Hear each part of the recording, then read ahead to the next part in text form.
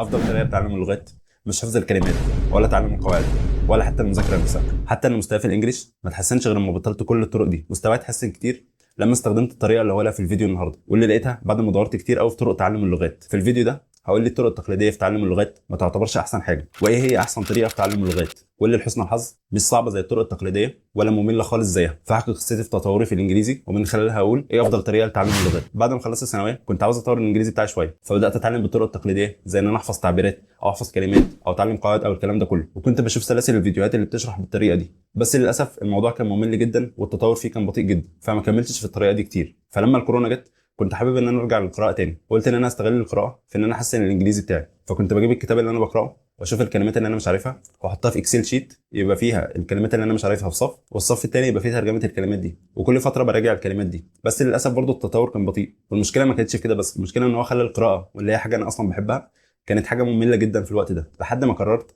ان انا مش هبذل اي مجهود في موضوع تعلم اللغه ده. والمفارقه يعني كانت دي اللحظه اللي اللغه عندي اتطورت فيها. طب ازاي اللغه اتطورت مع ان انا خدت قرار ان انا مش هبذل اي مجهود فيها؟ ببساطه انا قلت بدل ما اقرا الكتاب وافضل اترجم الكلمات اللي انا مش عارفها، انا هشوف الاول قبل ما اقرا الكتاب هل هفهم الكلام بشكل عام، يعني مش شرط ابقى فاهم كل كلمه بس فاهم الموضوع بشكل عام. ده كان كفايه جدا بالنسبه لي. يعني مثلا لو الكتاب بيحكي قصه عن حاجه معينه، هل بعد ما اقرا القصه دي هعرف احكيها لحد تاني ولا الموضوع هيبقى صعب؟ فلو عرفت احكي القصه دي مش مهم ابقى عارف الكلام اللي جواها، اهم حاجه ان انا عارف القصه نفسها. وعملت كده برضو في الفيديوهات اللي انا بتفرج عليها على اليوتيوب. لو انا فاهم الرساله اللي في الفيديو بشكل عام ده كان كفايه جدا بالنسبه لي، مش مهم بقى افضل اترجم كلمات ولا اعمل اي حاجه من الحاجات دي. وبالصدفه يعني ده كان جزء من الطريقه الصح واللي اكتشفتها بعد كده. اكتشفت الطريقه دي بعد ما اتخرجت، كنت حابب ان انا ابدا اتعلم الماني، وبدات برضو بالطرق التقليديه بتاعه تعلم اللغات زي حفظ الكلمات وتعلم القواعد والكلام ده. وبرضو الموضوع كان ممل وبطيء كالعاده، فدورت بقى كتير في موضوع تعلم اللغات ده لغايه ما لقيت الطريقه دي، وهي الكومبريهنسبل انبوت ثيوري او نظريه المدخلات المفهوم للدكتور ستيفن كراشن. بس علشان نفهم ايه اصلا هي الطريقه دي لازم الاول نعرف ليه الطرق التقليديه في تعلم اللغات ما تعتبرش احسن طريقه، وليه الكومبريهنسبل انبوت تعتبر احسن طريقه لتعلم اللغات. وده لان نفس السبب اللي بيخلي تعلم اللغات صعب بالطرق التقليديه هو نفس السبب اللي بيخلي تعلم اللغات بالطريقه اللي انا هقول عليها دي احسن طريقه في تعلم اللغات. ليه لو بنذاكر ماده علميه زي الفيزياء مثلا او ماده ادبيه زي التاريخ بعد فتره بنبقى شاطرين فيها، لكن بنفضل نتعلم جرامر وكلمات طول حياتنا بس مستوانا في اللغه مش بيتناسب خالص مع كميه المذاكره اللي احنا بنذاكرها في اللغه دي. وده لسبب مهم جدا، ان اللغه مختلفه خالص عن اي مجال اكاديمي. اللغه بتكتسب مش بتعلم، وفي فرق كبير بين التعلم والاكتساب. علشان كده اصلا المصطلح بتاع تعلم اللغات ده مصطلح مش دقيق قوي، المصطلح الادق منه هو اكتساب اللغات. طب يعني ايه اكتساب اللغه اصلا؟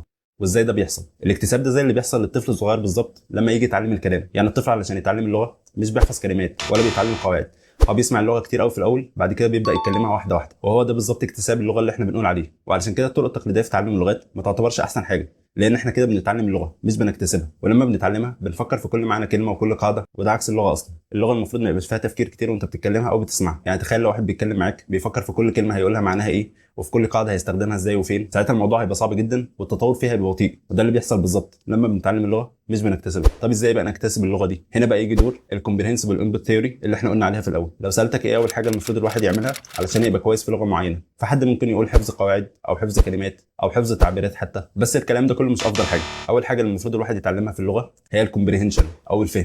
يعني مثلا لو سمعت الجمله دي هتفهم منها حاجه. Wir werden jetzt anfangen, Deutsch zu lernen.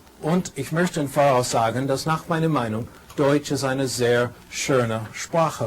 Und ich hoffe, dass Sie alle sehr viel Erfolg mit Deutsch haben werden. طب لو سمعتها بقى بالطريقه دي. Kopf. Ist gut, ja? Schön.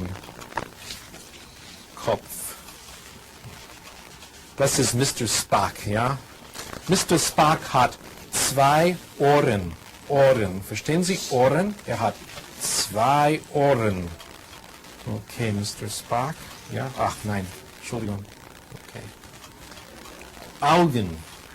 Verstehen Sie? Augen? Augen. Wie viele Augen? 1, 2, 3 Augen. 3 Augen. Ist das richtig? 3 Augen? Nein. Wir haben nur 2 Augen.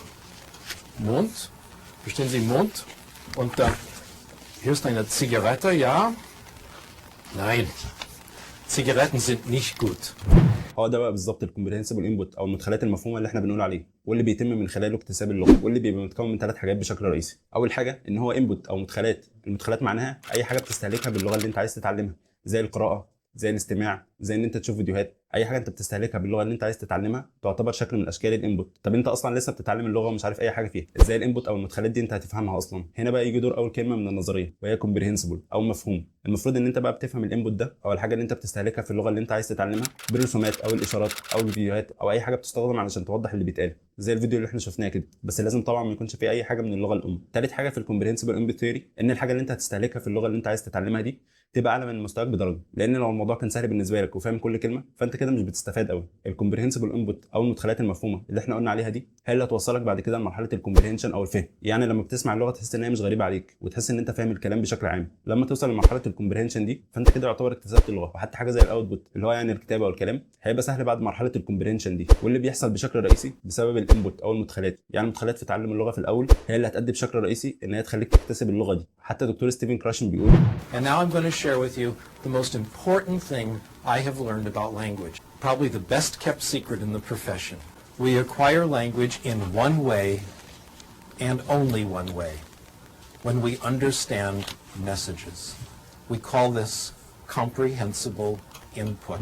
بس برضه على ارض الواقع حاسس ان الموضوع مش هيبقى سهل قوي كده، وشايف ان اهم سبب في الموضوع ده ان الطرق التقليديه دايما لها منهج واضح بتبقى عارف اوله واخره. يعني مثلا بتبقى في مستوى معين بتذاكر القواعد بتاعته، بتحفظ الكلمات، بتشوف الفيديوهات والموضوع بيخلص وبتروح للمستوى اللي بعده. لكن بالطريقه اللي انا بقول عليها دي مفيش منهج واضح. يعني مثلا ما فيهوش مستويات وكل مستوى بيبقى فيه فيديوهات معينه او سلسله كتب بتقراها وتتنقل للمستوى اللي بعده. انا كنت ناوي اعمل الفيديو ده بعد ما اخلص تعلم اللغه كله علشان احكي تجربتي كامله واقول ايه المشاكل اللي واجهتني في التعلم بالطريقه دي ولو كنت لقيت لها حلول او كده يعني. بس قلت ان انا هعمل الفيديو ده، ولو في جديد في الموضوع ده هبقى انزل عنه فيديو تاني ان شاء الله. فتاكد ان انت مشترك في القناه علشان ما يفوتكش.